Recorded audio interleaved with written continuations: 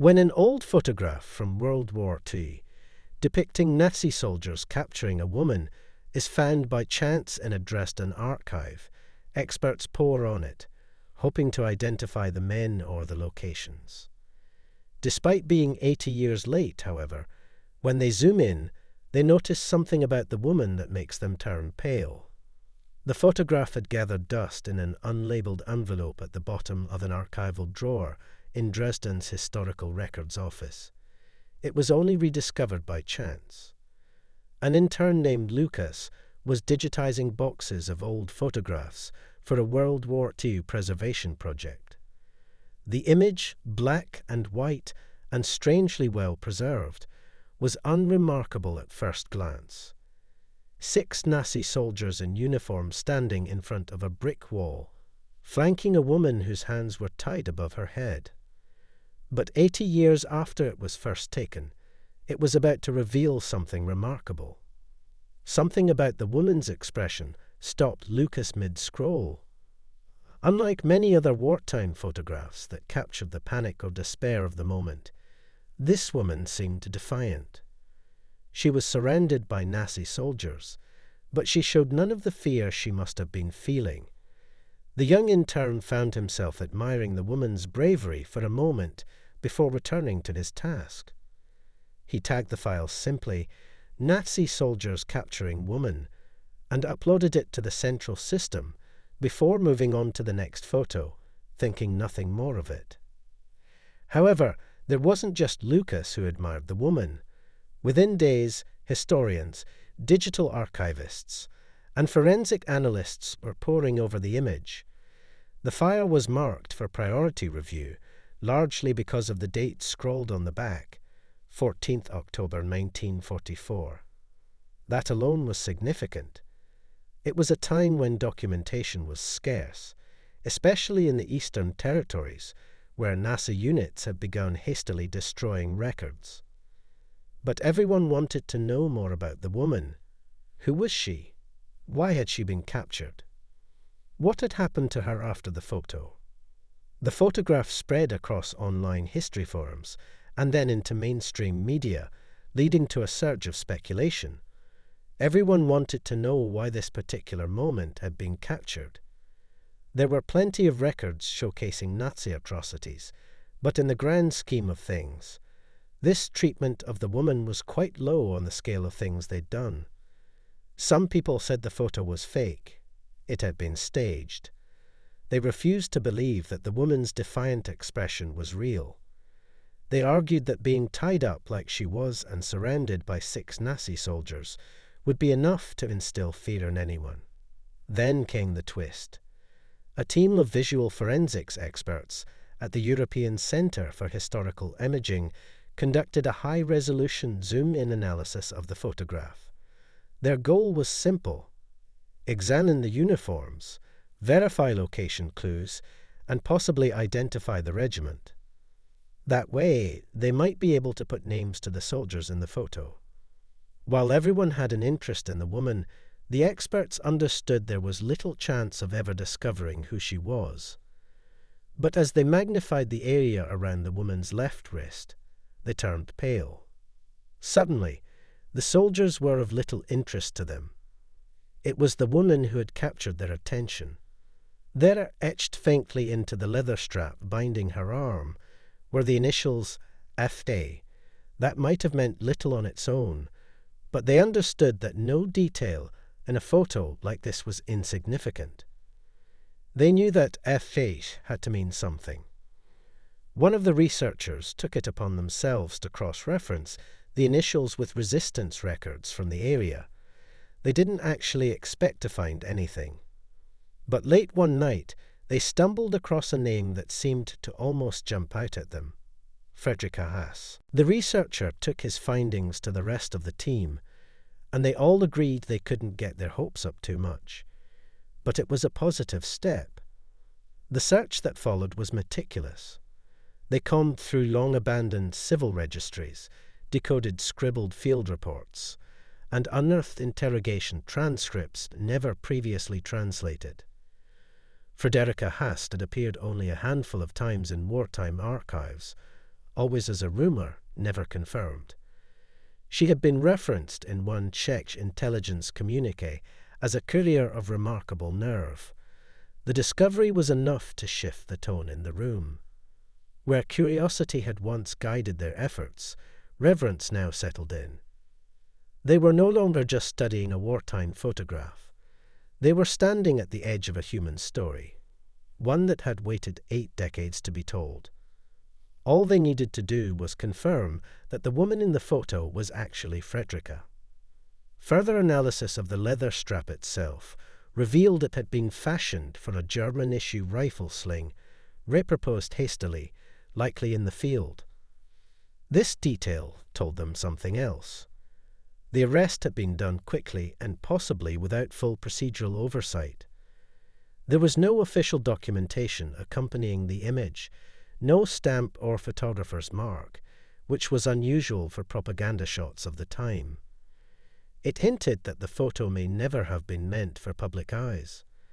They couldn't fully explain the presence of the initials, although similar had been found before for people considered a threat to the Nazi regime, perhaps indicating that resistance members and other Nazi enemies were labelled.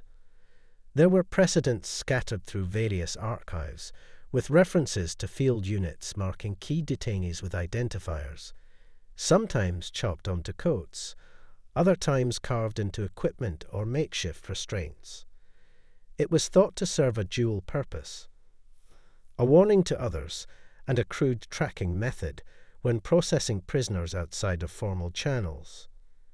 That the initials were carved into the strap itself and not simply written suggested someone had taken time, possibly even a soldier acting under specific instruction.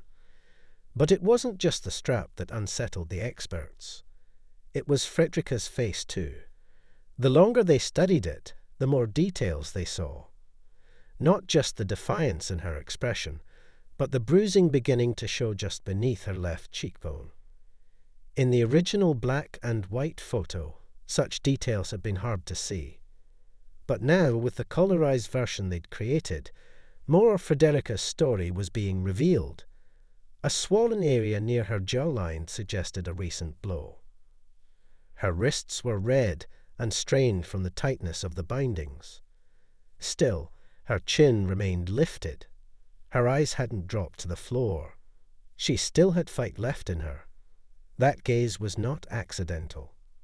One of the experts, Dr. Elena Marovich, who had spent her career reconstructing identities from Holocaust-era documents, suggested that Frederica had wanted to be seen, not just seen, but remembered. The photograph, once a tool of intimidation, had become something else entirely, a message encoded in light and shadow, preserved against time. The Nazis were attempting to humiliate her, to make an example out of her, to perhaps warn off other resistance members. But Frederica had stood her ground. She hadn't shown fear. She hadn't backed down. She'd remained defiant, to defend what she believed in. The more the experts looked into Frederica's background, the more intriguing she became. Her name was mostly buried in obscure pamphlets and old interrogation notes. Hass was believed to have led a small network of informants in Saxony, helping smuggle Jewish families through Poland and into neutral territories. It was long assumed she had been captured and executed in secret. Now, here she was, caught in a single moment and staring into history with fire in her eyes. The location in the background helped narrow things further. The unique window design and brick pattern matched a former Gestapo outpost on the outskirts of Görlitz, near the Polish border. The building still stood, now converted into a museum of resistance. The European Centre for Historical Imaging contacted the Görlitz Historical Society, which sent its own team to examine the photo in person. Among them was 74-year-old Anton Beer, a retired local historian whose father had once served time in the same building for undisclosed civilian disruption. Anton was quiet for most of the session, until he noticed something no one else had caught. "Look at the man to her left," he said, pointing to the soldier gesturing toward her with his gloved hand. "His belt buckle. It's not the regulation Wehrmacht. That's SS issued." That shifted the story again. The presence of SS uniforms meant this wasn't a routine military detainment. It was a political arrest, likely orchestrated to break a network, likely meant to send a message. But if that were true, why take a photograph? More clues began emerging, each more unnerving than the last. A military historian in Vienna identified the third soldier from the left as Otto Reitmacher, a man who had appeared in only 2 other known photographs from 1943, both tied to intelligence activities in the Sudetenland. Reitmacher had disappeared after the war. Never arrested, never tried. His crimes went unpunished. The woman's identity was now considered verified, but the story had only just begun. As European Centre for Historical Imaging analysts continued their Zoom work, they were sure that there was very little left that they could get from the photo. By now, the photo had made it to the local news and was quickly being picked up around the world. They'd had a few calls from people, but no one with any fresh information. They knew the chances of anyone coming forward after 80 years was very unlikely. But then, a phone call changed everything. It came in late on a Friday afternoon. A quiet voice, thick with age and uncertainty, asked to speak with someone involved in the photograph. Her name was Anna Gerber, and she was calling from a small retirement home just outside Kassel, Germany. The receptionist almost dismissed the call, until Anna said, very simply, "I knew the woman in the photo. I think she saved my life." Within the hour, a senior member of the imaging team was on a video call with her. Anna's eyes welled up when the image was shown again on the screen. She didn't hesitate. "That's Friederike," she said, gently nodding. I never knew her last name, but I never forgot her face. Anna had been a child in 1944, just 6 years old, when her family had been arrested in what she remembered as a late-night raid. Her father had been active in the transport union, and her mother was suspected of distributing banned leaflets. They were taken to a holding area outside Dresden, a place Anna described in chilling detail: barbed wire, barking dogs, floodlights that turned night into day. It was there, she said, that she had seen Friederike. Not in chains, not yet. She was dressed plainly, blending in, moving quietly among others. Anna didn't know who she was or why she was there, only that Friederike had seen her crying in a corner and approached without hesitation. "She gave me half a biscuit," Anna said. "I was hungry, and my mother had been taken away for questioning. But more than that, she told me to stay still, stay quiet. And when the guards changed shifts, she came back for me. She walked me out. I don't know how.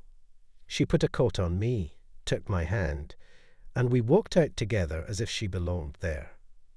Anna's memories were fragmented in places, blurred by time.